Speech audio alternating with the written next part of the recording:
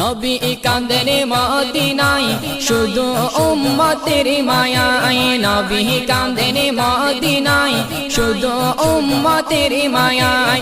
দরুদ পড়ে বিসমিল্লাহির রহমানির রহিম। আর রহমানু আল্লামাল কুরআনা খালাকাল ইনসানা আল্লামাহুল বায়ান। আশ-শামসু ওয়াল কমারু বিহুসবান। জীবনে এমন গুনাহ করেছো যেই গুনার খবর দুনিয়ার কেউ জানে না, বলেন জানেন কি? এমন গুনাহ করেছো তোমার আমার গুনার খবর যদি বন্ধু বান্ধবরা জানতো, বন্ধু বান্ধব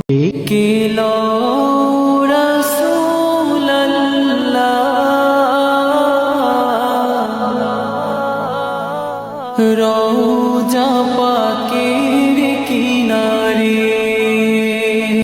যখনই দেখবেন মনটা বেশি খারাপ হয়ে গিয়েছে, একটা কাজ করবেন, শুধু একটা কাজ, সেটা হচ্ছে সমস্ত কিছুকে পিছনে ফেলে যাই নামাজটা পিছিয়ে রবের দরবারে সিজদায় চলে যাবেন, রবের দরবারে সিজদায় চলে যাবেন। সুবহানাল্লাহ, রবের দরবারে সিজদায় চলে যান।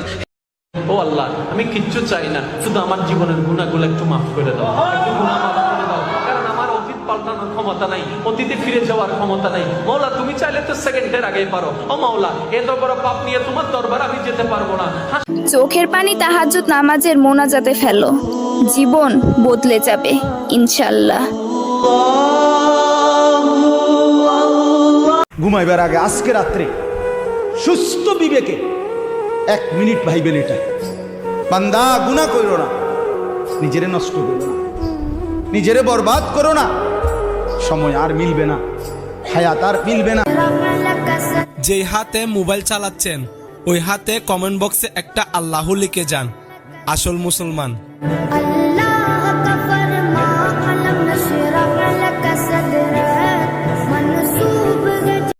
মরে যাব বলে ভয় পাচ্ছি না, ভয় পাচ্ছি আল্লাহর সামনে কি নিয়ে দাঁড়াবো। ইয়া রব, আমাদের গুনাহ মুক্ত না করে ডাক দিও না। তৈরি থেকো যাদের হৃদয়ে আছে আল্লাহর ভয়, তারা কভু পথ ভুলে যায় না।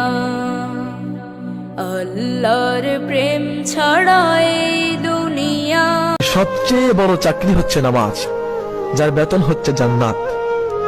বাড়ির কাছে মসজিদ থেকেও আমরা মসজিদে যাই না, কিন্তু আমরা স্ট্যাটাস দেই যে আমরা একদিন মক্কা যাব। আল্লাহর কাছ থেকে আমরা আশা করি লক্ষ লক্ষ। যে ঘরে নামাজ নাই সে ঘরে যতই আয় রোজগার হোক না কেন বরকত থাকবে না।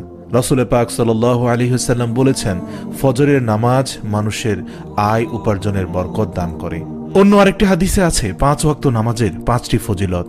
1. ফজরের নামাজ না পড়লে চেহারার উজ্জ্বলতা নষ্ট হয়ে যাবে। 2. জোহরের নামাজ না পড়লে রুজির বরকত কমে যাবে।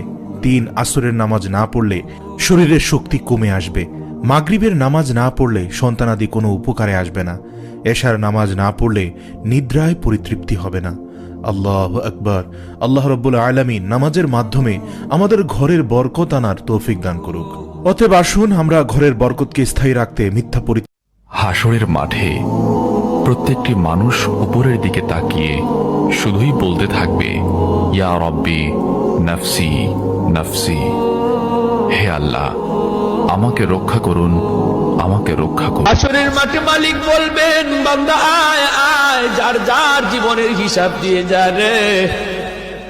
কে সম্পদ কেমনে কামাই করছো, কেমনে ব্যয় করছো, এই হিসাব না দিয়ে কেউ সামনে যেতে পারবে না।